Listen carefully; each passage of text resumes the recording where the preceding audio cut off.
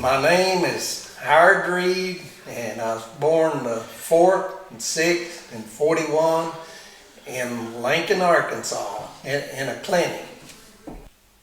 My dad, I think, when he went to the 8th grade, and that was pretty good back then. And my mom, she walked over the hill 2 or 3 miles down to Thursday, down on Bush Creek. And Archie Reed and Esther Reed was my parents' names. And we lived 1 mile southwest of Clyde, Arkansas. I had 2 sisters and 2 brothers. My dad was a farmer. He'd plant tomatoes and we'd pick them. I don't remember how many acres, it seemed like a lot to me. And then he had cucumbers and you had to pick them every morning or they'd be too big if you missed one. And then he also milked cows and sold grade C milk. I'd get up early in the morning and when I was very young, and we didn't have a barn at the time, and it was my job to milk 3 of the cows, and it'd be raining while that rain would be falling over, and then he'd build a barn and got a milker, and I helped do all the, I liked to run a tractor. My uncle had a tractor and Dad had a little tractor, and I'd work free for anybody if they let me drive a tractor.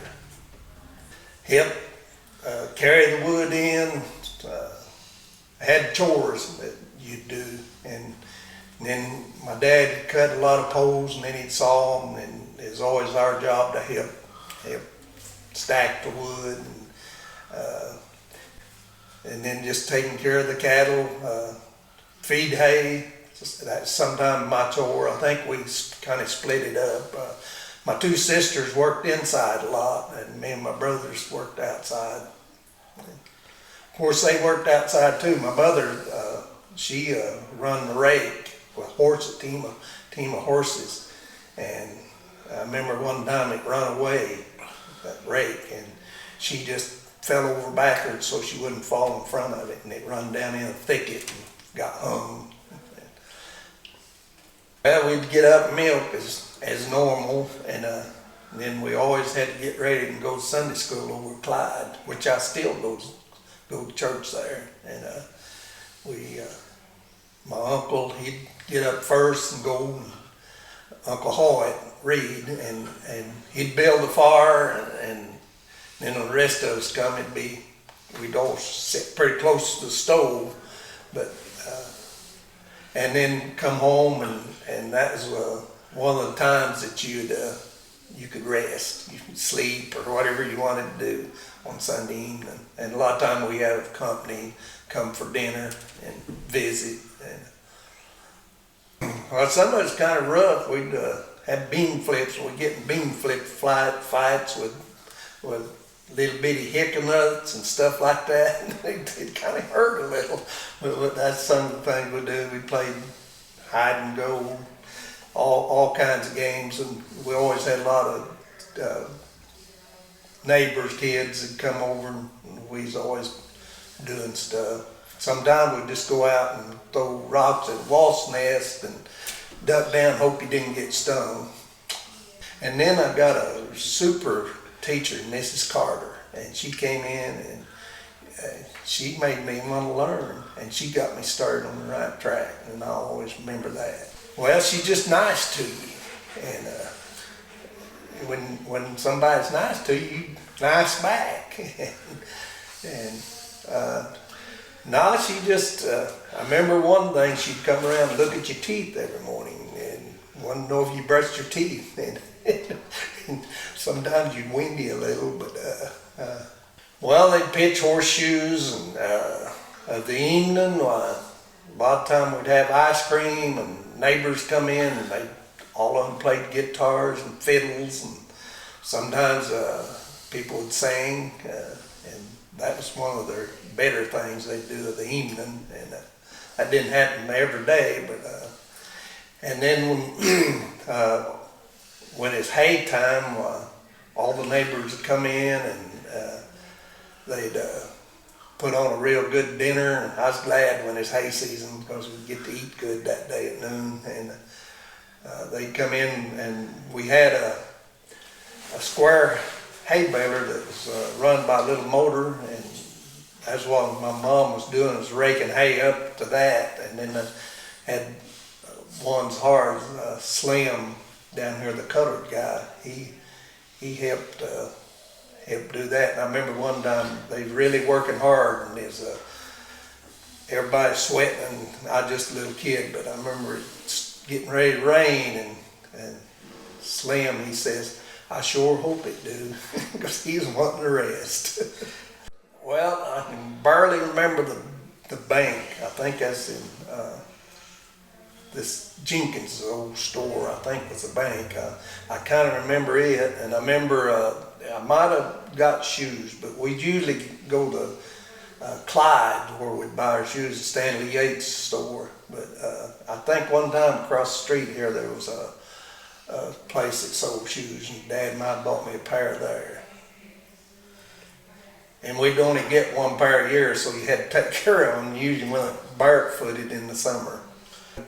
But what he tried to do is sell them early as green wraps to get more money, and wrap them and sell them. But it was hard work. I remember your arms getting green from picking tomatoes. And real early, you could get more money for the red ones, and before everybody. They'd pick them green, and then they'd turn, I guess they send them to stores. I don't know where. I think he took them to Lincoln, and they sent them somewhere.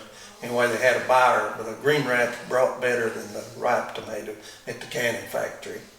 Well, sometimes I'd miss the bus, and it's 3 miles for me to walk home, and I'd walk home, and they were very lenient back when my dad had an old 1.5-ton truck, and he raised chickens, and he was always short. I forgot to mention that.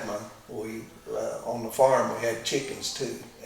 Not very many, but anyway, the wells wouldn't hold up water them, and my dad let me bring that old 1.5-ton truck with barrels on the back of it, and then I'd drive out here at this spring and fill them and bring them home, and he'd dump them in the well to water the chickens. And they'd let me go at noon a lot of time. And from school? Yeah, while I was in school, get some of my water, so I wouldn't have to be so late after school getting home. Well, one time we was out in recess, me and Robert Cochran kind of run together, and the teacher wasn't looking, and we run down and jumped over that rock wall where the steps where the bus had come in, and hid, and then took off the rest of the day. Played hooky. I think we might have got a little whipping for it.